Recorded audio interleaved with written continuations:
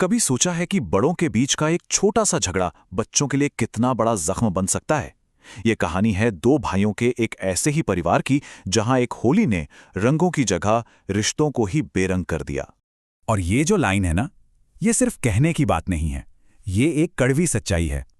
चलिए इसी कहानी के जरिए समझते हैं कि आखिर ये दीवार खड़ी कैसे होती है। तो कहानी की शुरुआत होती है एक गांव से, जहां दो भाइयों का एक बड़ा खुशहाल परिवार एक साथ रहता था। एक भाई नौकरी की वजह से शहर चला गया था, लेकिन दूसरा गांव में ही था। मतलब प्यार था, अपनापन था, सब कुछ एकदम परफेक्ट था, जैसा होना चाहिए। लेकिन फिर जैसा अक्सर होता है, एक दिन अचानक एक छोटी सी बात पर शुरू हुई बहस देखते ही देखते एक बड़े झगड़े में बदल गई।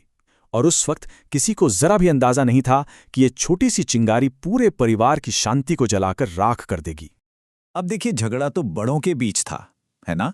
लेकिन इसकी सबसे भारी, सबसे दर्दनाक कीमत बच्चों को चुकानी पड़ी।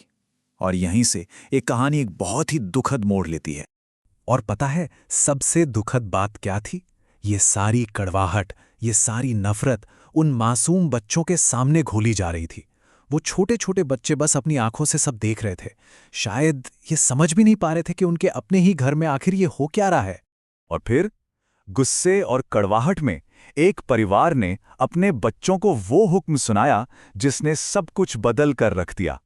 एक ऐसी दीवार खड़ी कर दी गई जिसे पार करना उन मासूमों के लिए नामुमकिन था। अब बच्चों का मन तो आप जानते ही हैं, एक कोरे कागज जैसा होता है। उन्होंने बड़ों की कही बात को पत्थर की लकीर मान लिया। उनके नन्हे से दिल में ये बात घर कर गई कि भाई अब परिवार का एक हिस्सा उनके लिए पराया हो चुका है।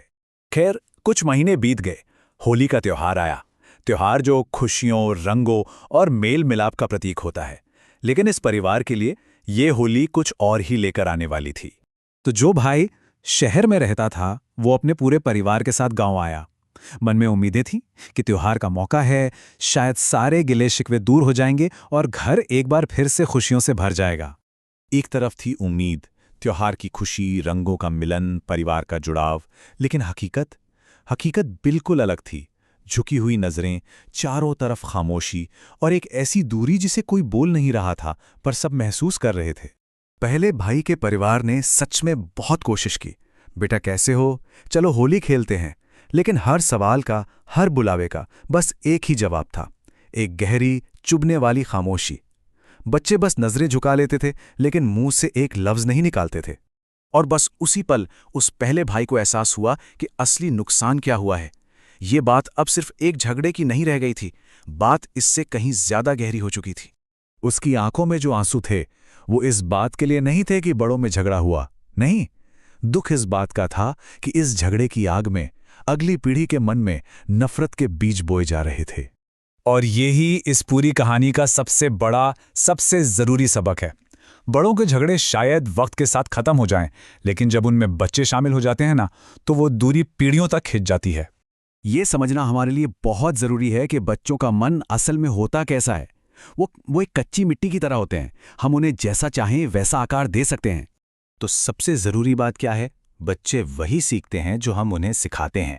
अगर हम उन्हें प्यार करना सिखाएंगे तो वो रिश्ते जोड़ना सीखेंगे, और अगर हम उन्हें नफरत करना सिखाएंगे तो वो रिश्ते तोड़ना ही सीखेंगे। ये इतना ही सीधा और सरल है। ये कहानी हमें हमारी सबसे बड़ी जिम्मेदारी की याद दिलाती है। सवाल सिर्फ आज का नहीं है, सवाल उस विरासत का है जो हम अपनी आने वाली पीढ़ियों के लिए छोड़कर जा रहे हैं। तो ये एक ऐसा सवाल है जो हम सभी को खुद से पूछना चाहिए। क्या हमारे झगड़े, हमारी कड़वाहट अगली पीढ़ी की विरासत बनेंगे?